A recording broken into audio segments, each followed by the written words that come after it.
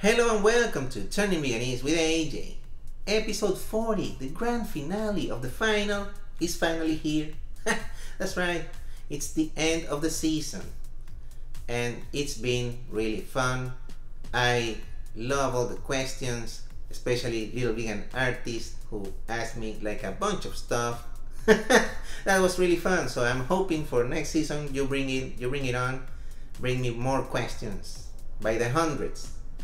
And I encourage you people to do the same. It doesn't really bother me, I'm just acting like I'm mad or annoyed, but in reality I love this thing. I love answering the questions. They're really fun, and it's always a surprise seeing what you come up with.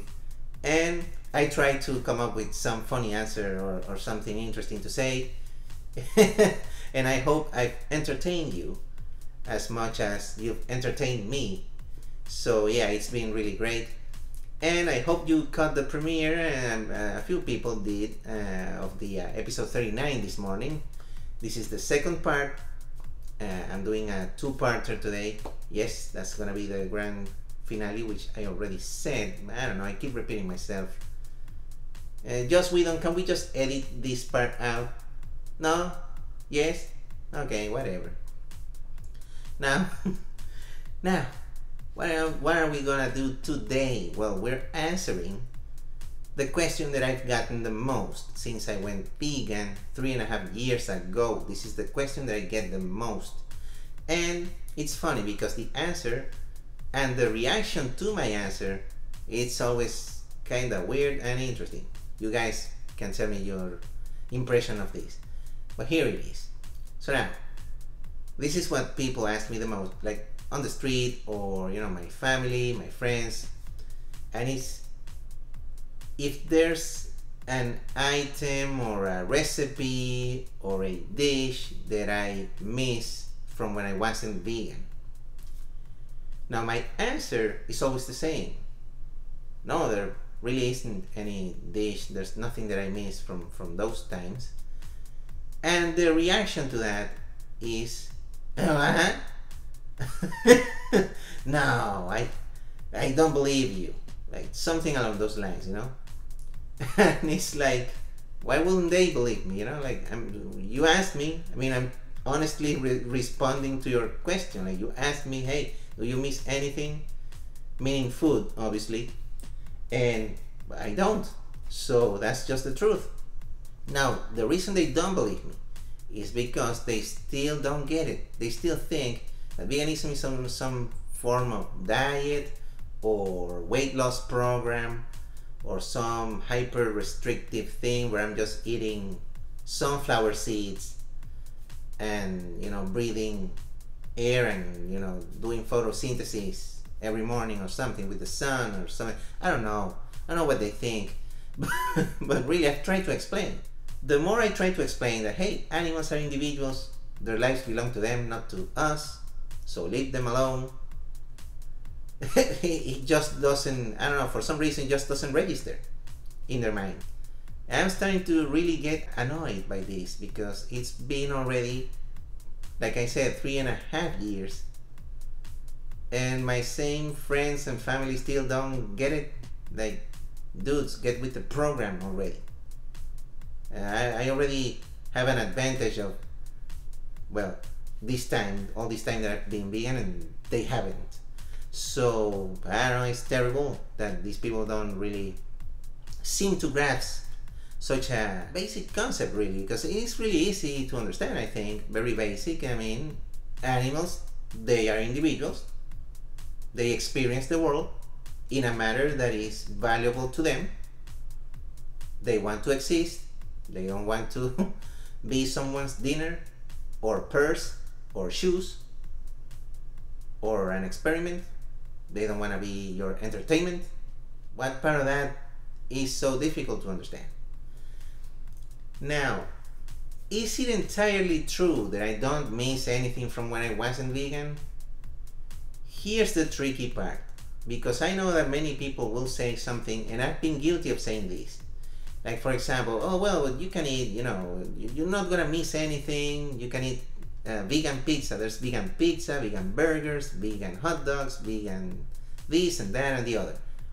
That's the wrong answer to give. Why? And you can tell me what you think in the comments, but to me that's the wrong answer. We should not respond with that, because why? Because it doesn't matter if there's vegan pizza or plant-based pizza or whatever it is. It doesn't matter, because even if there wasn't, it would still be wrong to exploit the other animals. And it would still be the right thing to do, and the moral imperative would still be to be vegan. So if anything there was to eat in the world was lentils, it would still be the right thing to do. You know? So no, it's the wrong answer. And also, sometimes what I do is I do wish that, well, these dishes and recipes and stuff didn't even exist in the first place. I hate them now. And I do wish that plant-based versions of those things existed. Sometimes they do exist already, sometimes you have to make your own recipe.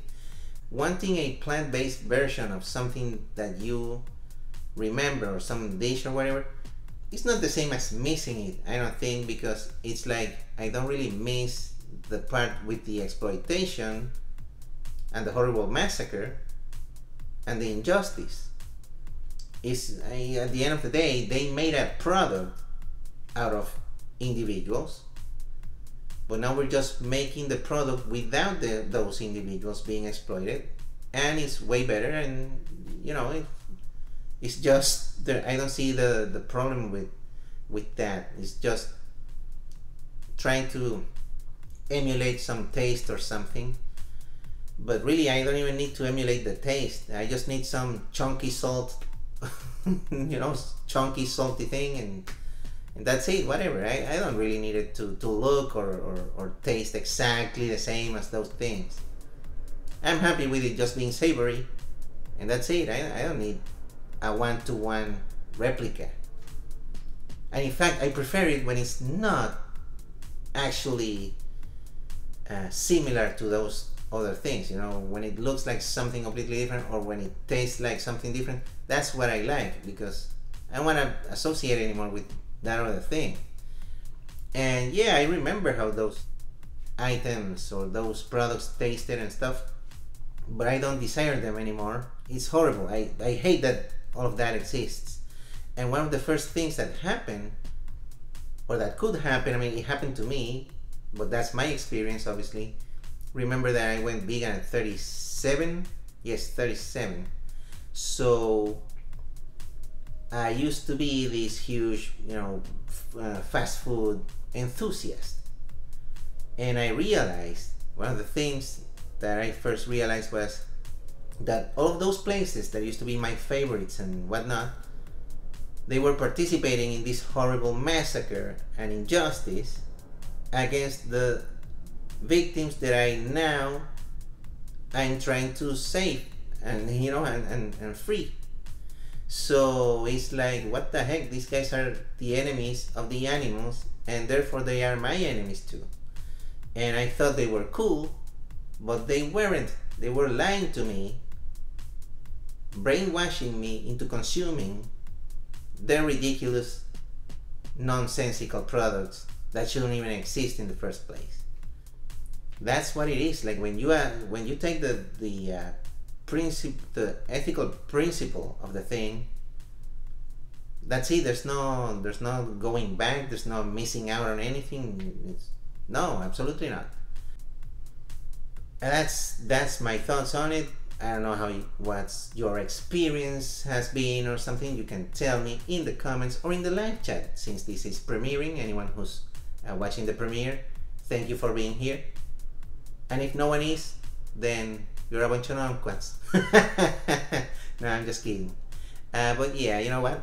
Thank you everyone who's tuning in for this season. It was amazing. And hey, Dear AJ will return next year, March 2025, the return of Dear AJ for season 3. That's right, a third season. 20 more episodes of me answering your questions. This has been another Dear AJ, another Tuesday. Bye-o. Rah, rah, rah, rah. I'm a lion.